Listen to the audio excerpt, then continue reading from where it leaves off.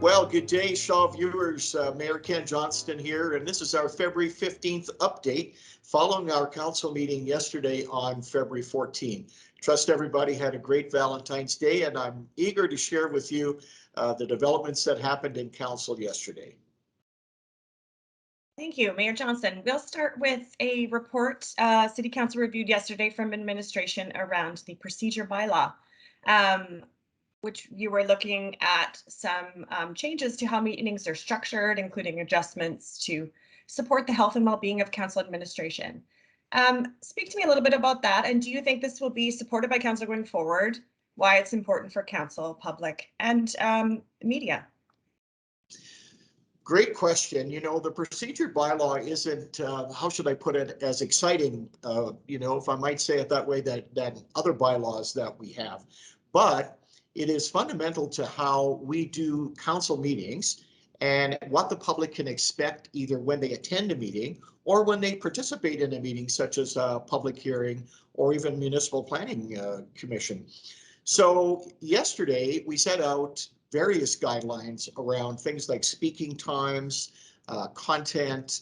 I think the biggest material change was we established a public process around the agenda review committee, which is a major change. So the public is going to be able, if they want, to be able to tune into those meetings and see how items get on a council agenda, how they're discussed, and how they're planned. So that's quite a big change. And then as it relates to health and well-being, and I appreciate you bringing that up because meetings can tend to be long sometimes, depending on, obviously, on content, what's being discussed. So we put some time limits around meetings. So in other words, they normally will last no more than 8 hours. There are times, I think, when they'll be a little longer than that. And we also indicated that we're going to take breaks every couple of hours. And it's, while it might sort of sound, why are we doing it that way? It's important, I think, that we embed those things in a procedure bylaw so there is predictability, so that people know they're going to have a rest or a break or a termination of a meeting and a possible either recontinuance or tabling of some of the information. I think council's very excited by it. It certainly got a great reception yesterday, and I do anticipate on the 28th, when we come back to revisit it, it'll be brought back in with some changes, some tweaks, if you will, but I'm very, very convinced that it'll certainly pass. Yesterday, City Council also considered reinstating temporary free parking stalls in the downtown. Last year, free temporary parking stalls were installed throughout downtown from about June to December, with every fifth meter offering free parking for up to 2 hours. Council approved adding these back for 2022. How do you think adding some free downtown parking, which is around 215 spots, will enhance the vitality of our downtown and support local business? Well, it's a great question, because parking always involves a balance of the businesses that use it and the pedestrians that come downtown, obviously, to use it. And when I say balance, of course, it's really trying to ensure that there's enough parking stalls for people as they do their shopping or visiting, doctor's appointments, things like that. So council is always trying to maintain that balance. One of the ways that we can incent people, and it had, I think, a very positive effect last year. One of the ways we can incent people is to have some free downtown parking. And as you say, it's every fifth meter or so it scatters them about the downtown itself. It can be argued, and our administration pointed out to us yesterday, that people may have visited the downtown anyway, but really, I think the way council looks at it and the way that our downtown businesses look at it is that anything that can incentivize people be able to visit the downtown, particularly now that the pandemic is at least concluding to a great degree, is very positive. So it doesn't really have a cost impact, or not very much of one, other than the purchase of bags that would go over the meter. But it does have a revenue impact where you're giving up some revenue. So council had to consider that.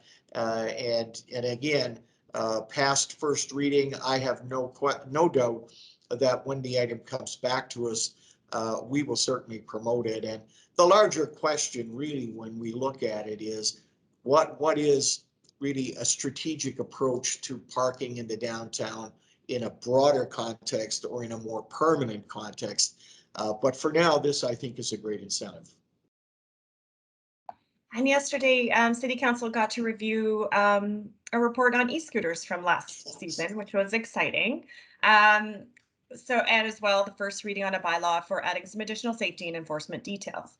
So Yes. seeing the feedback received from residents, which was mainly positive, how do you think e-scooters were received by residents, and what do you feel were the benefits of having e-scooters in our community?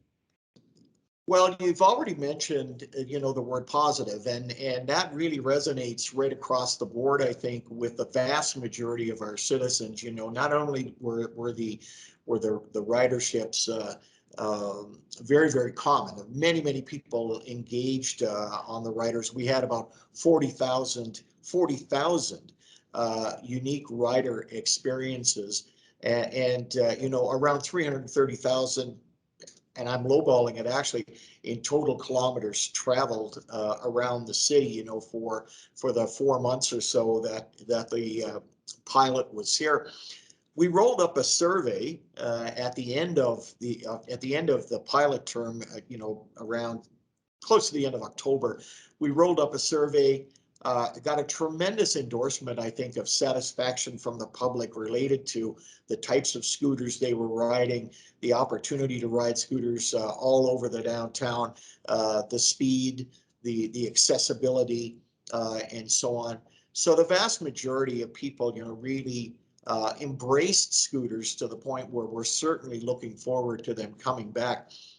The challenges around e-scooters now as we enter our second year, and this is why we did a 2-year pilot, is in the second year to discover what went well, what didn't go so well or in the first year. So the challenge primarily is around rider etiquette. I'll put it that way, being a respectful rider. E-scooters aren't very loud, so they tend to move quickly and noiselessly. So it's really all about etiquette. And council also requested some more information on the age of riders, wondering if it was practical that we take riders even as young as 14 or 16 years old. Currently, there's a restriction at 18 years old. So council's going to look at that when the second reading comes back.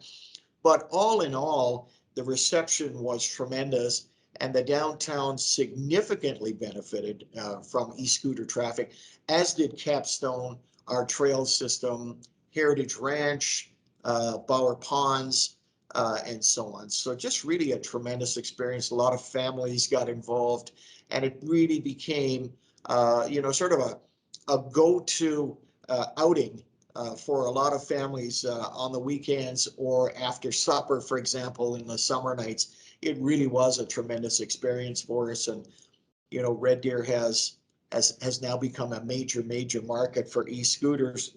And we're really excited to bring them back this coming March. Thank you. And then one item that was added on the end of the agenda was annexation. So council passed a resolution endorsing a notice of intent to annex a small annexation area north of Queens Industrial Business Park. What was the process like for council, and what does annexing this area mean for the community?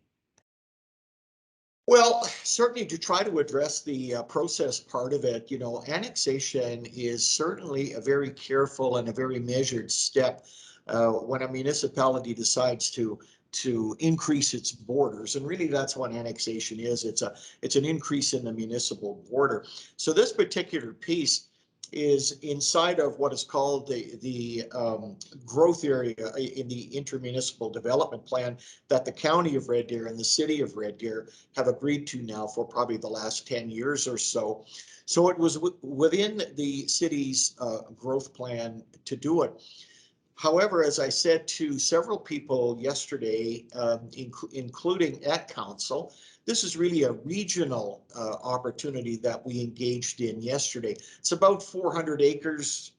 I'm going to say 170 hectares. I don't do the conversion necessarily very well, but it's about 400 acres. And the primary driver of this is it's commercially fronted on the highway. So in other words, it's located adjacent to Highway 2 at the intersection of Highway 11. So a very, very strategic location, which made this parcel very, very attractive.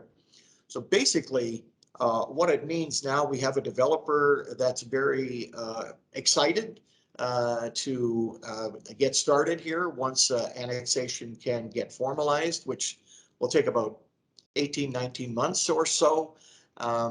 But what it means is we will have certainly a tremendous job creator in the sense of the construction and development process. And after that, we will have a regional, really, I would think, you know, a destination is a good word for it, on the north end of our city, that generations are going to be able to enjoy. So, you know, it's a great step forward with a regional impact. And I think, you know, I think everybody should be very, very excited to look for the changes that'll occur in that particular location. I would say over the next, I would say 5 years anyway. It'll take us 18 months to get the annexation properly filed, and then probably, gosh, I don't know, another 2-3 years of construction, you know, to follow. So it's going to be a very exciting development. Thank you. Anything from last night's council meeting you want to talk about, or closing comments here? Well, I think, you know, one of the things, you know, maybe it's a small item, but I think it speaks volumes, frankly, you know, when you consider how stressed we've all become over COVID and the divisions in our community, across our country, in our province. But this is a small item yesterday that really cheered me, and I made note of this in the meeting, was Councillor Barnstable was helping Councillor Jeffries because she lost her audio, so she was able to type what she wanted to say in what's called a chat box, you know, an information box between councillors, and Councillor Barnstable read that on her behalf. You know, that's just it's a small item, if you will, but it speaks, as I say, volumes for what it's all taken us now to get ourselves through COVID and the technological challenges that we have.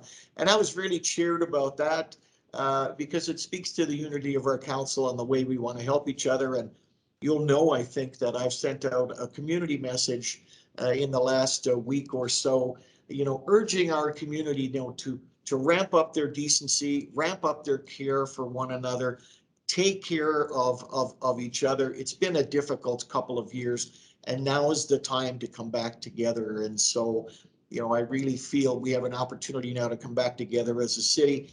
And we saw a small but significant demonstration of that yesterday at the council meeting. So I think that wraps up things for today, Red Darians one and all, and I want to wish you a great day today and a great couple of weeks ahead. Council will be back to work on the end of February. Looking forward to progressing with the improvements that everybody expects and with the challenges that we have ahead. Stay safe, take care of each other, and we'll see you in a couple of weeks.